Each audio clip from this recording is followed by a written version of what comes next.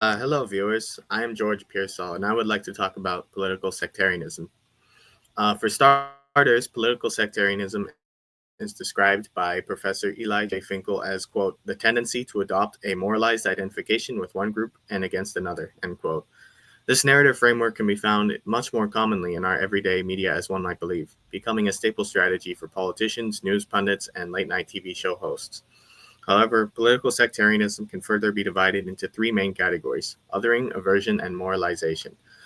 Othering can first be described through instances in which individuals or groups are treated as different, alien in a way that marginalizes or excludes them from mainstream society.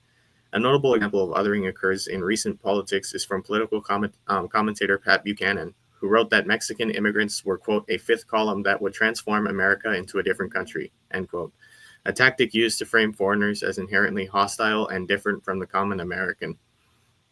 Aversion, on the other hand, can be described as an animosity towards others that, quote, manifests itself in avoidance, discrimination, exclusion, and growing hostility. An example of aversion is seen in U.S. politics is from MSNBC host Joy Reid, who once described Trump supporters as viewing politics as, quote, a cult of personality and behaving in ways that are authoritarian and dangerous, demonstrating her hostility towards a different group who presents itself as a danger to American society.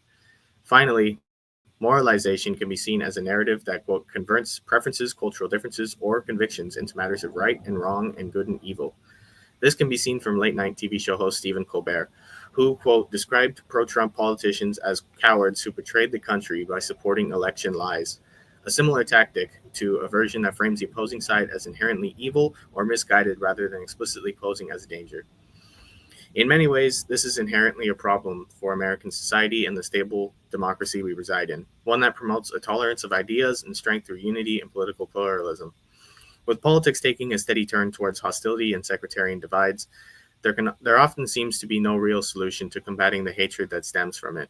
However, I believe there are ample solutions, ones that can be implemented both at the micro and macro scale across our personal lives and American society as a whole.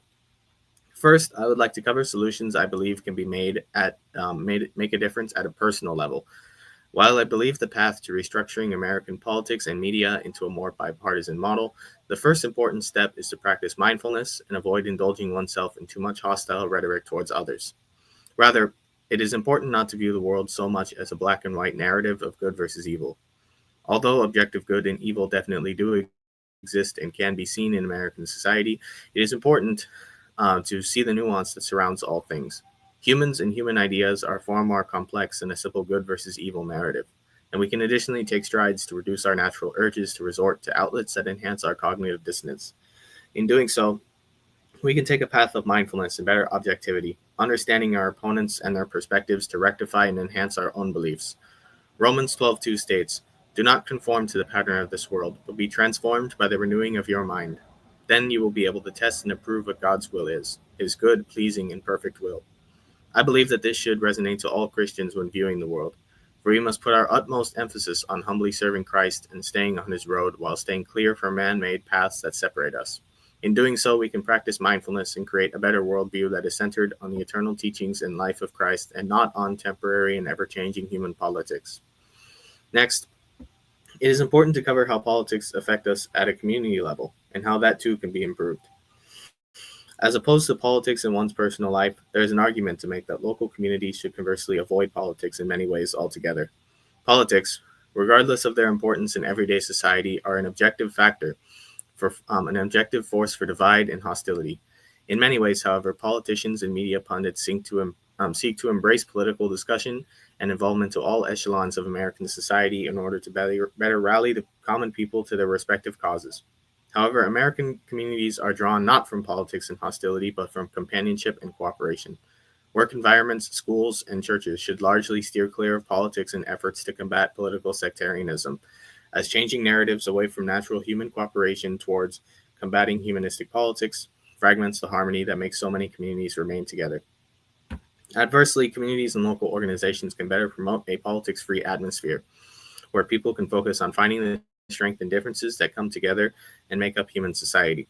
Psalm 133:1 simply says, "How good and pleasant it is when God's people live together in unity," which is a simple verse for a simple solution towards bettering our communities across the nation. Thus, a local community firmly without politics is one where political differences are put aside. If American society can better promote this across the endless levels of community foundations that it possesses, this trend will in time become manifest in the hearts and minds of all people who better see the strength in setting politics aside in exchange for human connection and support. Finally, our most important and arguably the most difficult solution comes in the form of bettering our politics and media landscape. In many ways, the media and its role in politics can be viewed as a tight business partnership that has too many loopholes and political protections to swiftly break up. However, we must take a realistic approach to countering political sectarianism. When dealing with the business that is the political media partnership, we must strive to deal with it on our own terms, breaking it apart by combating both the supply and demand of American media while combating politics with politics. To deal with the supply factor, the political monopoly of media businesses can be weakened through U.S. laws, such as a re implementation of the 1890 Sherman Antitrust Act and the Bipartisan Campaign Reform Act.